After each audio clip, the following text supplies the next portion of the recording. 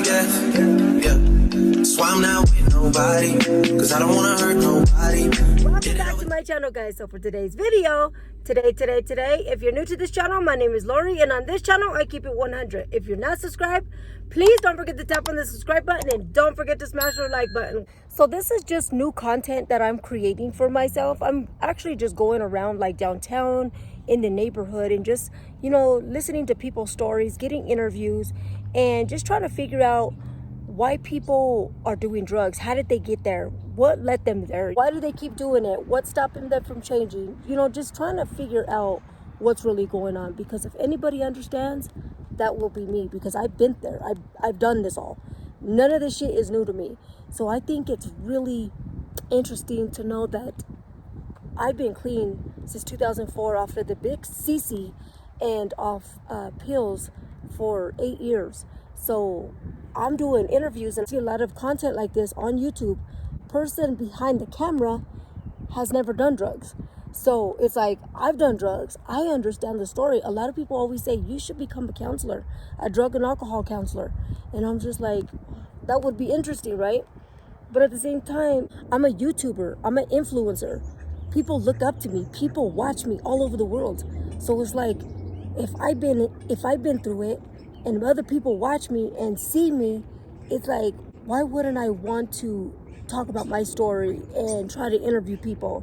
Because if I could help youth people and people that's never done drugs understand, or just try to get them to think twice before they even start doing drugs, or just understand, there's a lot of people that are quick to judge, but they've never done drugs, so they don't know what the fucking struggle is. They don't know what it is. And there's a lot of kids that don't have a stability at home, so they're like, well, let me try it because they're doing it. But it's like, damn, only if you fucking knew what your life could be and how deep shit could hit the fan. Only if you knew. So it takes me to be that influencer and to be that voice, once again, to talk about the story and try to get interviews. What do you guys think about this? Like, I'm a YouTuber.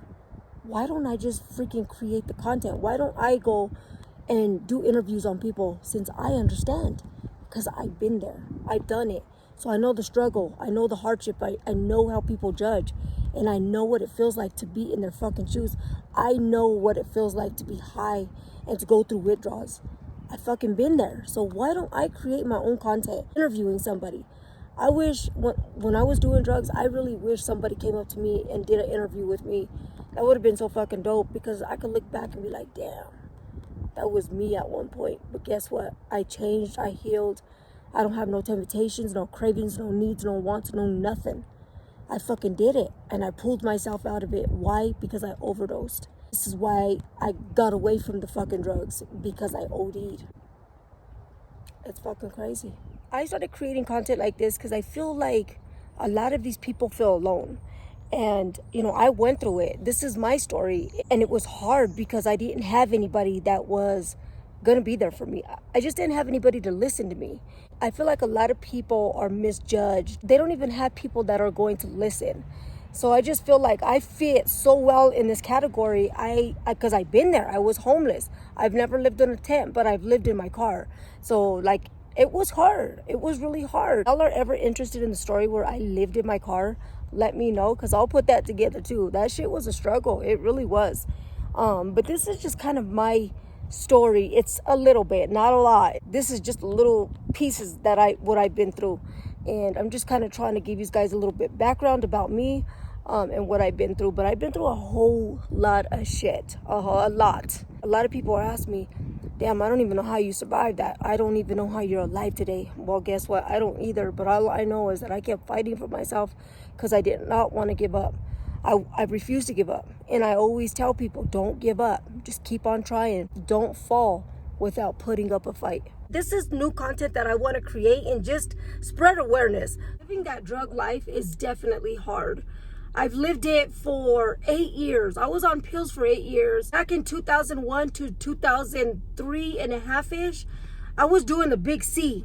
If y'all know what that is, I can't really say it here. The big CC. Life was hard. It was hard. It was definitely hard. I just went through the most those days. I went through the most. When I had my old channel, I had that full video on my channel. Definitely need to create another update video about that life story, because my story could help somebody, right? Like I said, when I lived that life, I went through the most. I was a stripper, I had sugar daddies, I used people, I sold women. It was a lot that I dealt with and that I went through. And don't get me wrong, I feel embarrassed knowing that I did all of these things, because selling women, like, what the fuck was I thinking? But it was fast money. Selling dope, it was fast money. Having sugar daddies, like, it was fast money. Becoming a stripper, it was fast money. But at the same time, if I didn't go through all of these things, I wouldn't be who the fuck I am today. Every day I try to be the best person that I could be, so that other people that are influenced by me can be a better version for themselves. Just like my son, he watches everything that I do, so I gotta make sure that I'm on my A game, so that he doesn't fall in my traits or my tracks, because I don't want him doing that. You know, I'm not gonna say that I could predict what the fuck he's gonna do, but I'd be damn if I allow myself to fucking watch him crumble. You know what I'm saying? So it's like, you gotta be there for your children. You gotta teach them, because there's a lot of kids that don't have the guidance. You know, I didn't have no guidance growing up. So that's why I fell into all of these little fucking cranks and whatever the fuck I went through, fell into that depression. And that's where it all started. You know, just not having that foundation of love and stability.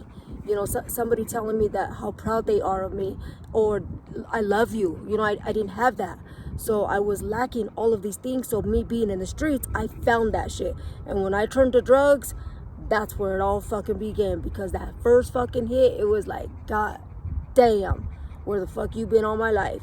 But at the same time, that shit will pull you down to the fucking dirt like no other, and it will keep you there as long as you allow it to. But you gotta be stronger to get your fucking ass out of that shit, because if you don't, you either end up dead or fucked somewhere, and it's hard to pull yourself out, you know. So you gotta think smart. Life has too much to offer. There's so much more to life than getting high all fucking day. So much more to life. And it's about trying to create a fucking unit and a foundation for yourself, so that you don't fall, keeping yourself busy, so that you don't fall into all this shit, you know. But having stability and a family, or somebody that really cares for you. But you know what, also, you gotta love yourself first, because if you don't love yourself first, you can't accept love from anybody else. It's hard, you know, because if you don't love yourself, it's like, well, what the fuck am I gonna accept his love for, or her love for? You know, like, it's not worthy, you know, because you don't even love yourself. And this is why I have like so much love, and I have like a lot of love to give, you know. And I just want to help everybody change their mindset to be better, and be better than who they were yesterday. Because like I said, if I can be that one person, that one voice that everybody in the world hears, oh my God, I feel like I've done something fucking right. Like, if I could literally help everybody, I definitely would. And to be honest, I wouldn't have had my son. I wouldn't have met my honey bunny. I wouldn't have Bronx. Like, if I didn't have all this extra love to give, like, I'm one person, and everybody loves my divided attention. And it's like, that makes me fucking feel good. I feel like a damn fucking celebrity. And I'm like, yes, bitch, you got this. You know what I'm saying? So, like, if I can be that one voice where everybody in the world hears, I feel like I've done something so right. People are so quick to judge, but nobody will ever try to stop and help you. Now there's so much resources that it's like, wow, where was these resources when I was doing the freaking shit, you know? But everybody was so quick to judge, and nobody understood what the fuck I was going through. But they were quick to judge. And that's why I say, guys, don't judge people just because of they live in a tent, or they look like they're smoking dope, or they are smoking dope and they're just doing the most. Like, you don't know what these people are fucking really dealing with mental wise, you know what I'm saying? And the more that you judge them, it's like they fucking just keep doing it and doing it. A person mentally and physically really has to be ready to want out of this whole game, because if you don't want it that bad, you'll never do it. You'll never change, ever. And that's why a lot of people, they do drugs or they do pills and they overdose, and they have like 5 or 6 kids, and they still keep continuing to do it. That's because mentally they're just not ready, and they choose the drug life. Just like with Bronx's case, his ex-owner did pills, did methamphetamines and all that shit. So he chose the drug life and he didn't choose Bronx. So it's like Bronx doesn't have a fucking voice. Kids don't have a voice. So it's up to us, the community, to be their voice. And don't judge. Just take them out of that situation or try to help the situation. But anyways, guys, with that being said, if you guys want to hear my past, because like I said, I did have a channel that I had all of this content on there, but that channel got terminated and I lost all my content. Like I said, if I could help that one person, I'm so with it. But if you want to hear my past life stories, just of like how I became a stripper, or the age of it, or you know, the sugar daddy lifestyle, let me know. I'll put that content together. Not everybody's so interested in that, but everybody's so quick to motherfucking judge me and they don't even know what the fuck I went through.